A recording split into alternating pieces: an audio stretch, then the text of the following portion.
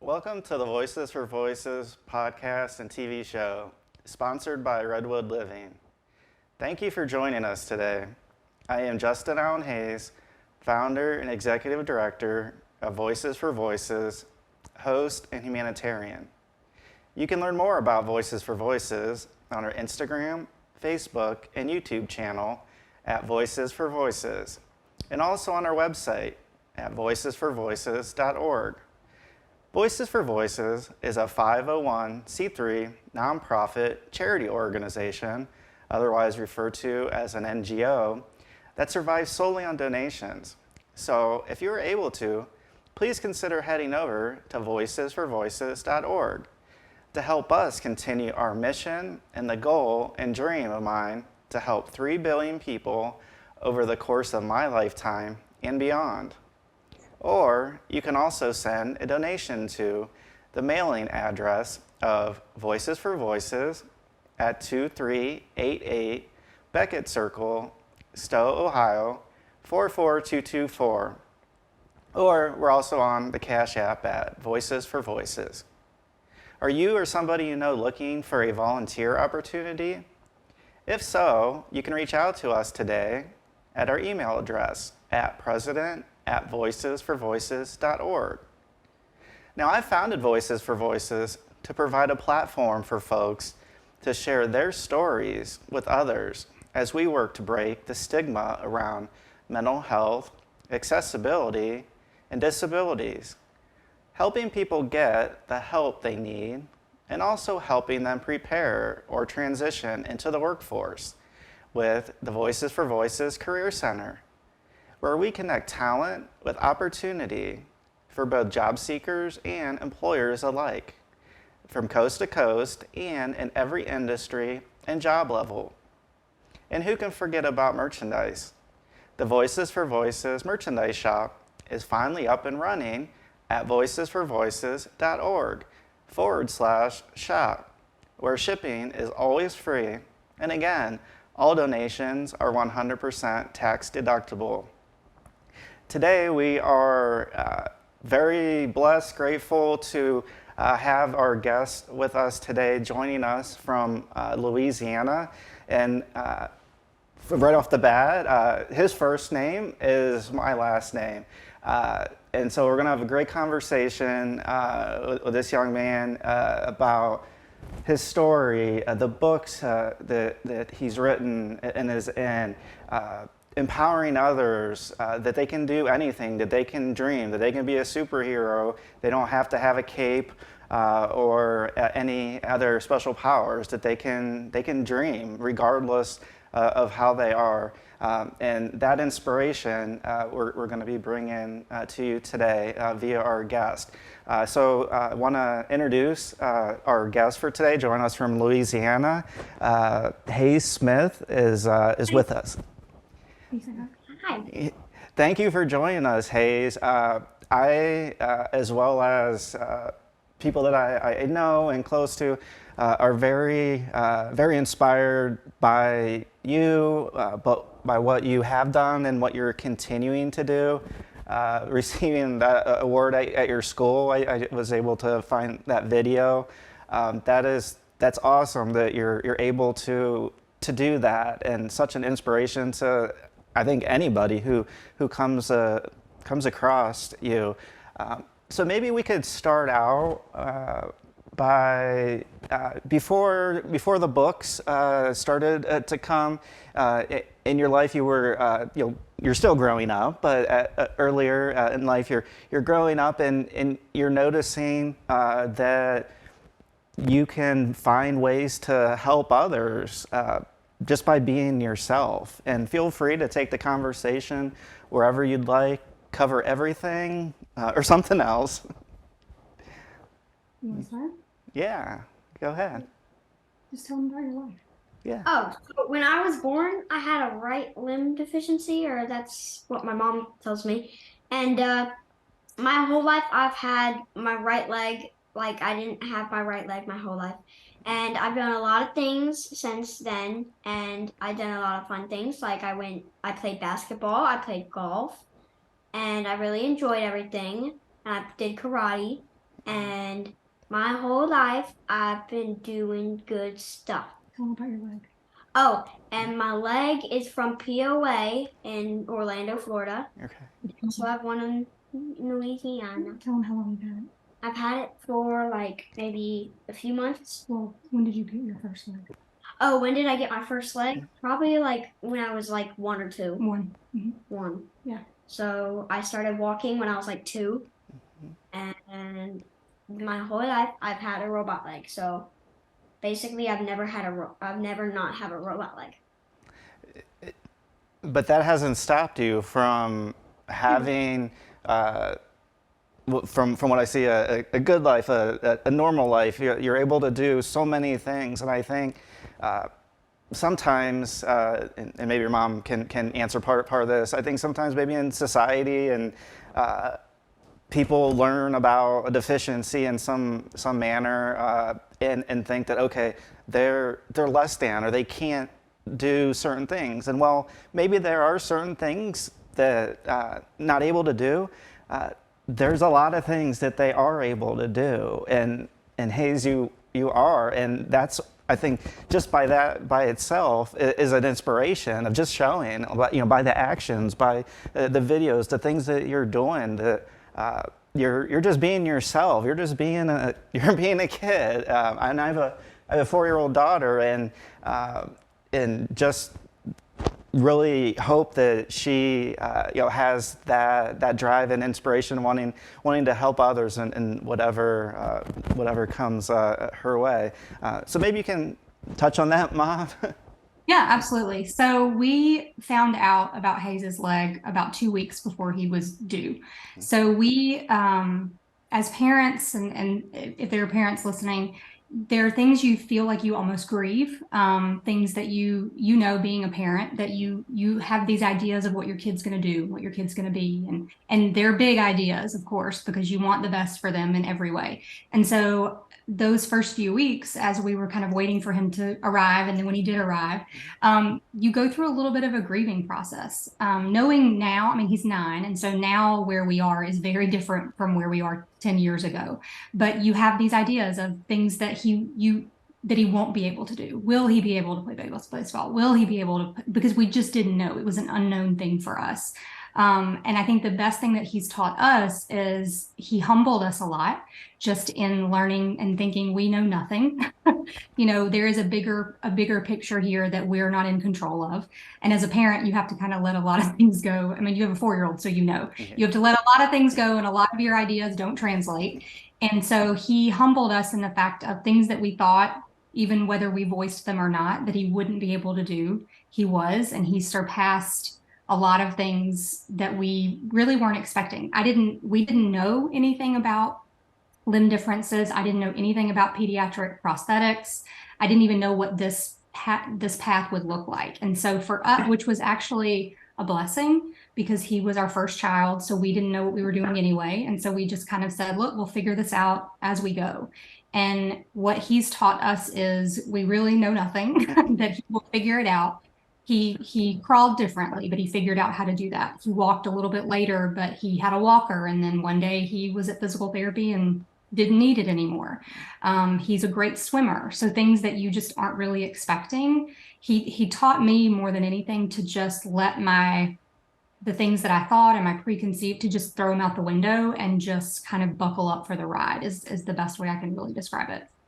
Yeah, and in the team, not only with you as parents, there were in our team of individuals that have helped along the way. Do you want me to touch on some of those people that have been important in his life and helping Hayes? Yeah, absolutely. So we were connected with Shriners Hospitals in Shreveport when he was a newborn. I have a relative that is a Shriner, and so he said, look, this is where you need to go. We were living in Mississippi at the time, where my husband and I are from. And there just I didn't know any other kids that had limb differences or limb deficiencies. And so they really guided us through probably the first 6 years, to be honest, of this is what's expected. This is what's next. This is what, these legs require a lot of pieces. They require, as they hit growth spurts, you're going more frequently. His prosthetist at the Shreveport Hospital is also an amputee. She's an amputee. And so that was a really special relationship, and he can talk about her too. For us, because there were things that we don't understand about how it feels, or, right? Like you always say, what do you always say?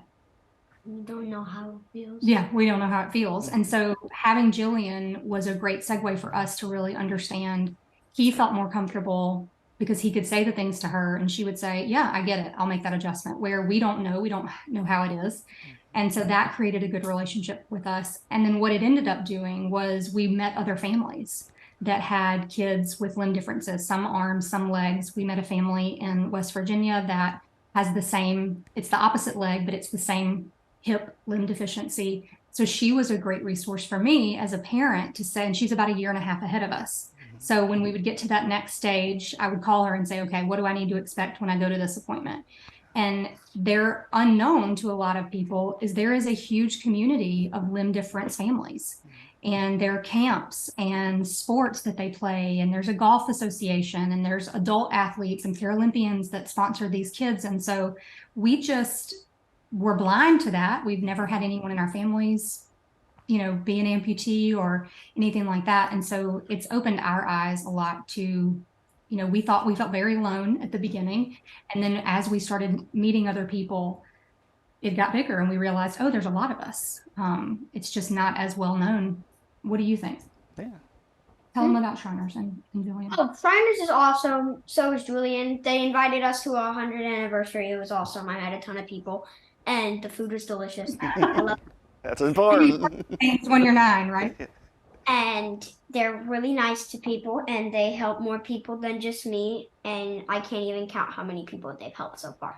Oh my gosh. Yeah. And that's just, like you said, the unknowns of just going really step by step of experience after experience. And I think, so in my case with kind of my mental health story and journey, talking with a psychiatrist or a therapist that has or is very familiar with depression or anxiety and those types of things is a lot different than somebody that is book smart. And nothing against just having the book smarts, but as Julian has been, is for you, Hayes, it does just create a little bit more of a bond where they understand a little bit more. They're not just going to go by the book work and the words and the acronyms and the definitions. They're going to speak more just like as a person, like going to the bathroom or getting something to eat or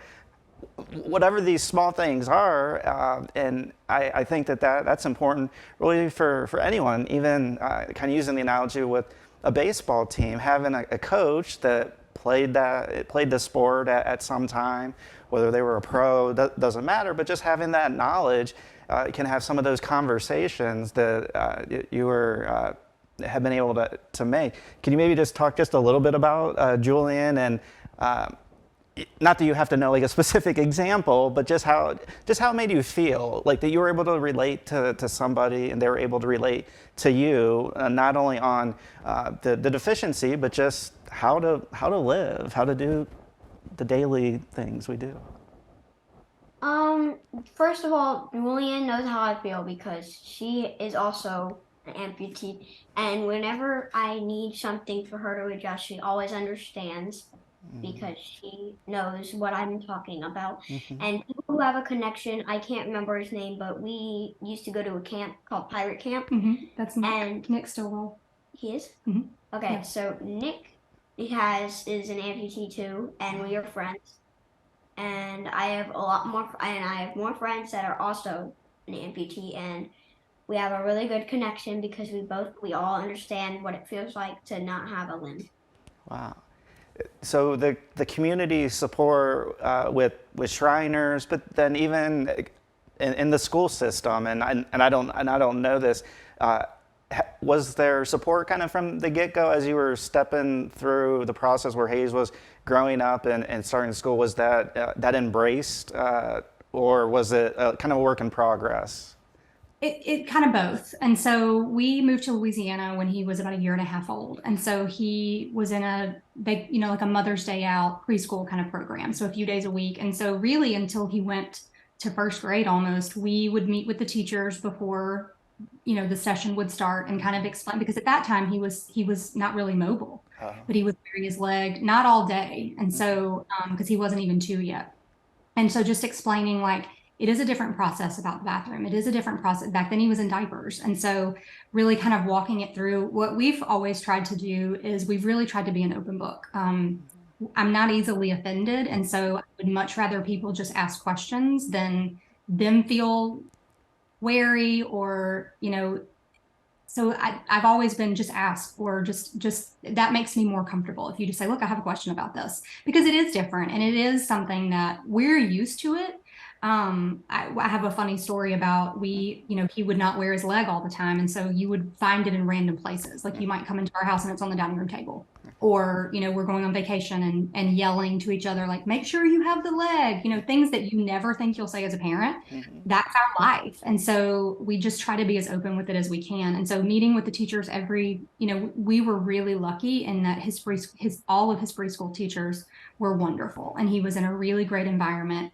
And they would ask us and they would call and say, okay, we want to run this by you, or we do have a question about this. So we tried to be, we knew we needed to meet them at the beginning and say, before all these other kids come in here, this is kind of how he works and how he operates.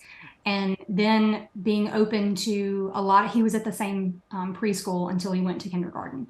And so each year they would let me come in and just talk to the kids and say, look, do you have questions about this? And that's really one of the things that sparked the book was people have questions.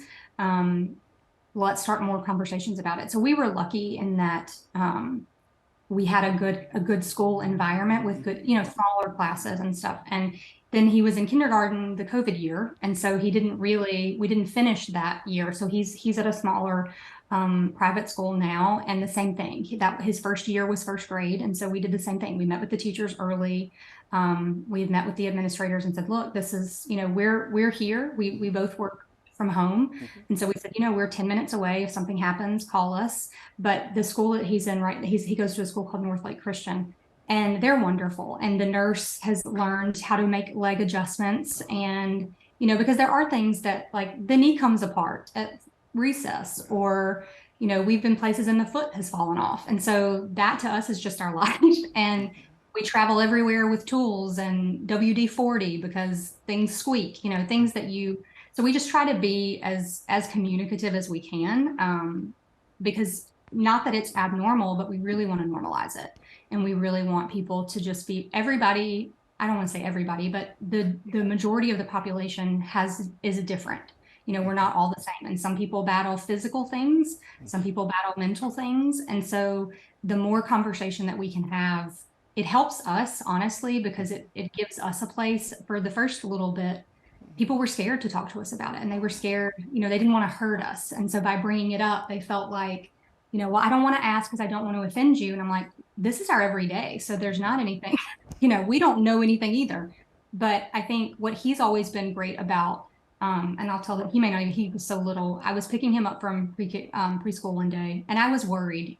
He was about 2, and I worried, is he comfortable? Is he uncomfortable? Are kids asking questions? And we were walking out by the fountain to my car, and say like 5 words. Okay.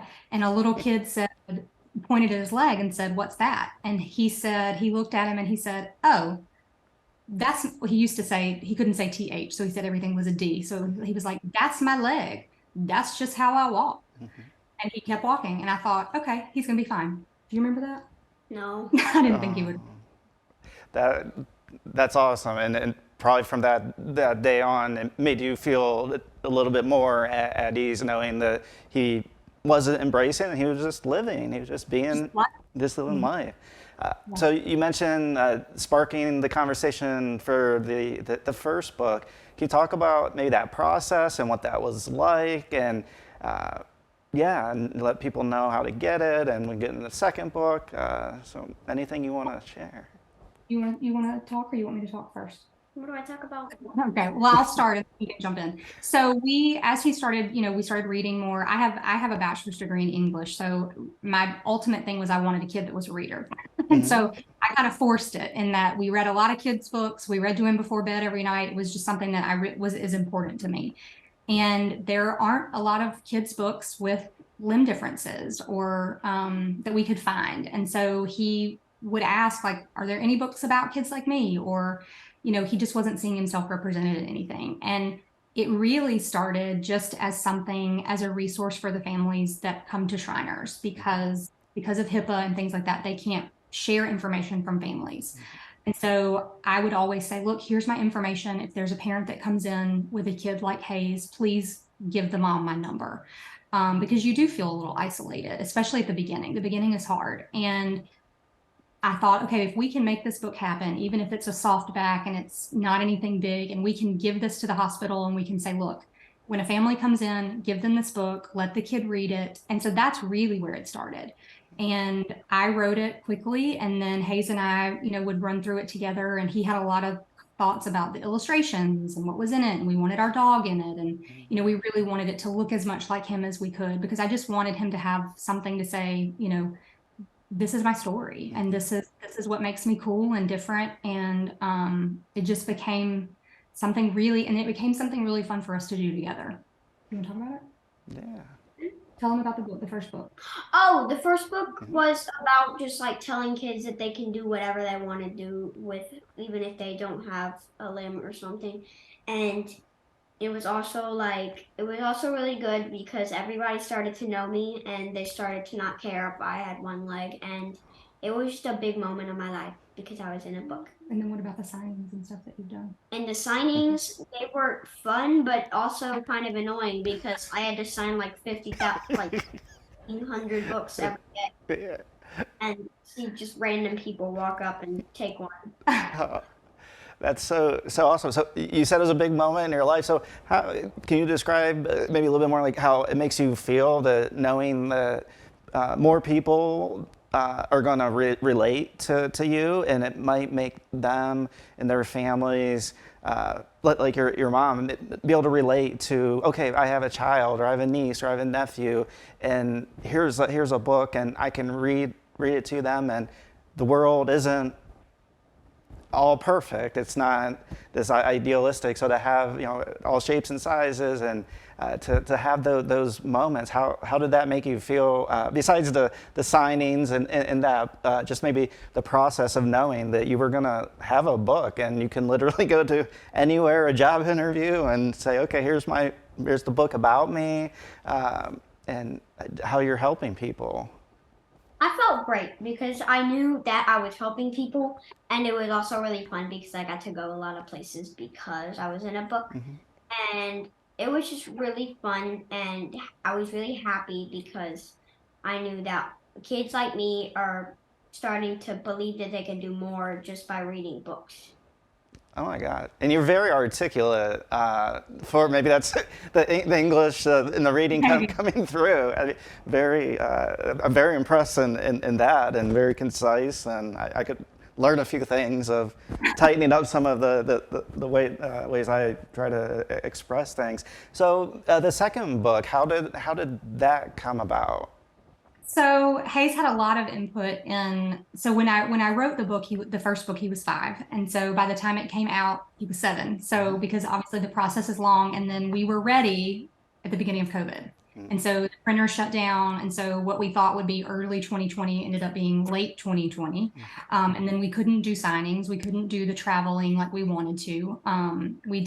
It's available at Barnes and Noble and Amazon, and then through our publisher as well, and then we do personal copies. And so if people request that he sign it or write a note to someone, I keep a stack here at home always. And so we were in a strange place for probably the first year of kind of getting it accessible. And so he thought, well, I need to be older. He said, because now I'm 7, and this was about a 5. I think we did change it to 6, I think, in the book. But he was like, I need to do something else. I need to be older. And honestly, it was time. It was figuring out what I wanted to write about. what I wanted him to do next. And I had lots of drafts that I would work on, and I travel a lot for my job. And so if I'm alone, I can tend to do it better because it's a little crazy at our house with 2 dogs and we both work at home, and he's, there's a lot happening. And having the time to really think. And then one day he loves basketball. And I thought, okay, we need to do the next one about basketball and about him having, not being as good at it immediately as someone else and having to practice more and having a challenging time with it and then kind of overcoming that. So I wanted it to be more of a story about it wasn't all, sunshine and rainbows, and it's not. There are things that he, wants to do faster or better, and it just takes a little bit longer to make things happen sometimes. So that's kind of where we wanted to go next. And so we're in the process of that. What do you think about the new one? The new one's also pretty cool because it showed a lot of people that weren't in the book last time. Like in the last book, we did have Hugo, our first dog, but in this one, we do have our new one with Leo. He's not even 1 year old yet, so he's like crazy. And something that I realized just today is that in this book, some of my friends, like neighbors that are my friends, are in this book, but in the last book they weren't in there. So I'm just happy that they're in the book this time. Yeah, and our illustrator's really been great about we try to make it as much like Hayes as we can. And so we really just send pictures and we say, okay, his best friends are our neighbors and they have 3 boys. And so they're in there. My parents are in there. His dad is in there. The dogs are in there. So we just try to make it as much of his life as we can, because that feels real to me. And so there's some newer things that are coming because it has been 4 years basically. So that things are a little different and they're bigger. Yeah. And so for the viewers and the listeners, the titles of the books and so the first book is called What Can Hayes Be? And it is available on Amazon. It's available, Barnes & Noble has it, our publisher has it as well, Amplify. And then we also sell it through his website as well. And so you can go to whatcanhaysbe.com and then order through there, or it'll link you to everywhere else. Okay. And then the next book is titled Hayes and the Big Game. And so it is in final. We've done illustrations. We've approved that. And so we're shooting for late this year. So we're thinking October of 23, barring any printing delays or anything like that. We're shooting for it to be done this year. Great. So from taping of this to when it actually comes out, that actually might be pretty good timing that we'll be able to air. I mean, definitely before October, but closer to that time. So we stay in contact. Then we can add whether there's links or you can find it or coming out next week, and you can give the verbiage of exactly what. But we can do that in the launch of the podcast and the show, just to create another platform in a way to let as many people know about it. So in closing, what do you, as I mentioned before, and I really mean it, you are very inspirational, and to me as a 41-year-old person. I was a kid once, and my daughter doesn't believe it, but she's like, oh, I was like, yeah, like Daddy was a baby and grew up, and and so. But anyways, you are inspiring, to people like me, as well as others. What would maybe be like a final take-home message that you want to give for people that are watching and listening, that you could share with them? And it could be anything. You can do anything that you put your mind to. Oh, love it. Anything we didn't cover that you'd like to, Mom or Hayes? No, I think we're good. I think we got a lot. I think we covered it. Okay. Yeah. No, this is great. Yeah. Well, hang on. Don't close out, and we'll grab a couple pictures and do that, and then I'll close out the show. Okay. So we want to thank our guest today, Hayes Smith. What Can Hayes Be? Social media, videos, books, everything, swimming, golfing, basketball. Such an amazing and inspirational person. So grateful to have him as our guest with his mom here today on the show. And then you, our audience and our viewers, our listeners, are checking out our transcript of the episode. I want to thank you as well for joining us.